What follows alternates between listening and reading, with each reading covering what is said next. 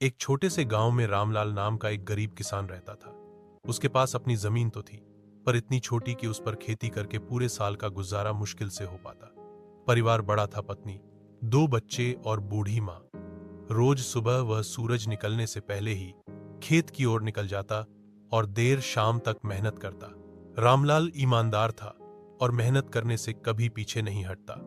लेकिन कई सालों से सूखा पड़ रहा था, बारिश समय पर नहीं होती और खेत की मिट्टी भी अब उतनी उपजाऊ नहीं रह गई थी। गांव के कई किसान अपने खेत बेचकर शहर चले गए थे, मगर रामलाल अपने पूर्वजों की जमीन छोड़ना नहीं चाहता था। उसका मानना था कि यही उसकी पहचान है। एक दिन रामलाल की पत्नी ने कहा, जीवन ऐसे ही कठिन बना रहा तो बच्चों की पढ़ाई कैसे होगी? हमें भी गांव छोड़कर शहर जाना पड़ेगा।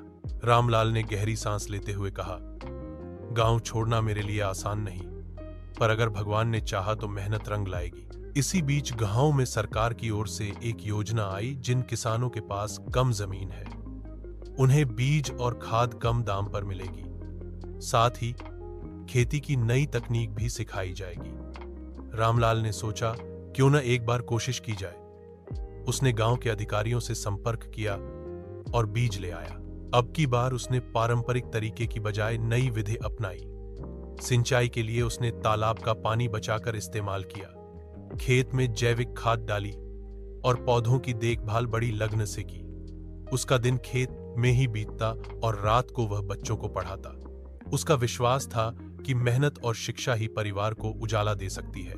महीनों की मेहनत के बाद जब फसल तैयार हुई तो गांव भर में चर्चा होने लगी।